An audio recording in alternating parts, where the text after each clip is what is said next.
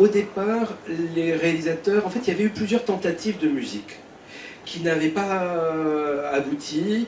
Il y avait même la volonté d'une des coproductrices de mettre un très gros compositeur dans le film, mais qui, à mon goût et au goût des réalisateurs, ne pouvait pas fonctionner. Et parce que c'est un film qui est d'une sensibilité, c'est de la dentelle. Donc il faut trouver moyen d'exprimer une dentelle musicale qui va accompagner le chemin et la transformation de Nour, du comédien. Un compositeur de musique de film a plusieurs manières, comme le disait notre ami Nicolas.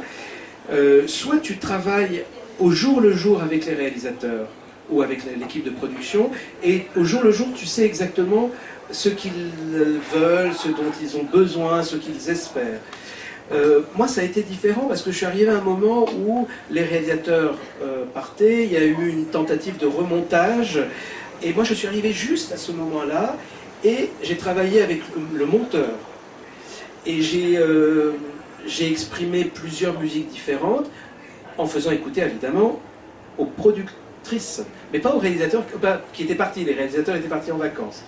Donc j'ai imaginé différentes choses à différents endroits, que les producteurs, productrices ont apprécié. Après c'est une question de niveau, comme disait Nicolas, on doit passer du temps pour justement trouver le niveau qui va être naturel. C'est ce que j'aime dire moi dans un film, il y a un niveau naturel, où on n'est pas perturbé par la musique et où on n'est pas non plus en disant elle est où la musique, cet endroit qui est entre les deux est de l'ordre du sensible.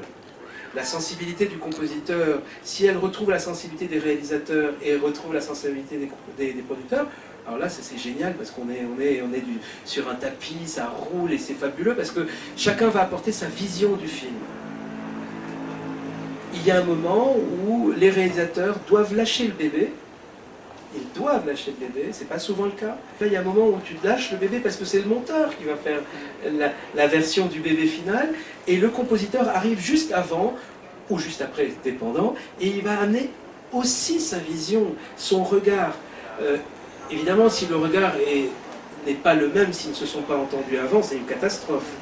Mais s'ils se sont compris avant, après c'est une question de je bouge un peu ceci, je bouge un peu cela, je retire ce morceau, tiens s'il y avait là quelque chose, mais c'est de l'ordre du petit changement. Ils ont un souci, et c'est pour ça que moi j'ai adoré travailler sur ce film. Je ne dis pas avec eux parce qu'on n'a pas assez travaillé ensemble, mais sur ce film, c'est parce que ce film-là raconte un chemin qui n'est pas faux, c'est un chemin vrai. Ils ne pourraient pas supporter une musique qui n'est pas aussi ou autant authentique que ce que eux essayent de faire. Moi j'aime beaucoup ces deux réalisateurs. En fait c'est un peu mes petits frères et sœurs, c'est-à-dire on a eu une relation très, très proche, même si on ne s'est pas beaucoup vu au départ, on s'est beaucoup vu après. Moi ce qui me passionne c'est prendre un instrument et parler avec le film. J'ai un grand plaisir de toucher les instruments et c'est très charnel pour moi la musique. Le son c'est charnel. On fait jouer quand on ne sait pas jouer. On fait jouer la musique parce qu'on a envie d'un saxophone et on ne sait pas jouer le saxophone. Ou jouer avec. Voilà, ou jouer, jouer avec en studio, c'est pas vraiment quelque chose qui se fait. En fait, très souvent en studio, pour le cinéma ou pour pas le cinéma, on ne joue jamais avec, on joue après ou avant. On joue sa partie, monsieur merci, vous avez joué. Le lendemain, on appelle le saxophoniste, monsieur le saxophoniste jouez. Mais le plaisir de jouer avec est une illusion. Donc je joue moi un premier instrument, je rejoue moi un autre instrument. Tout est en recording en fait.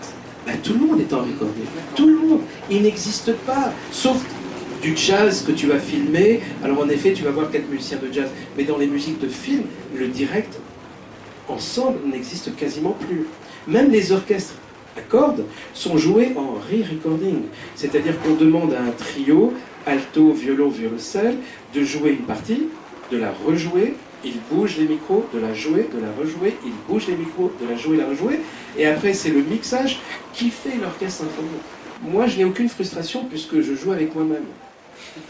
Je mets des percussions au pied, j'ai créé des percussions au pied que je joue sur scène, c'est-à-dire que j'ai créé un système de percussions au pied.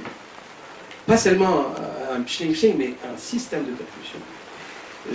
J'ai autour de moi, quand je joue sur scène, 10 instruments, et je joue à plusieurs en étant seul. Moi, la chance que j'ai, c'est que la musique de film est une seule partie de ma vie. Je ne fais pas que ça, c'est-à-dire que je ne cours pas après ça.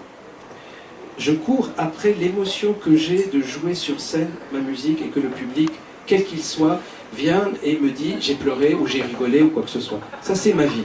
Après, quand j'ai la chance, et j'ai beaucoup cette chance-là, de composer des musiques, je n'ai pas besoin de montrer ou de démontrer un savoir. La chose qui m'intéresse, c'est être juste par rapport à une émotion. La chose la plus importante pour moi, c'est est-ce que je suis juste dans l'émotion ?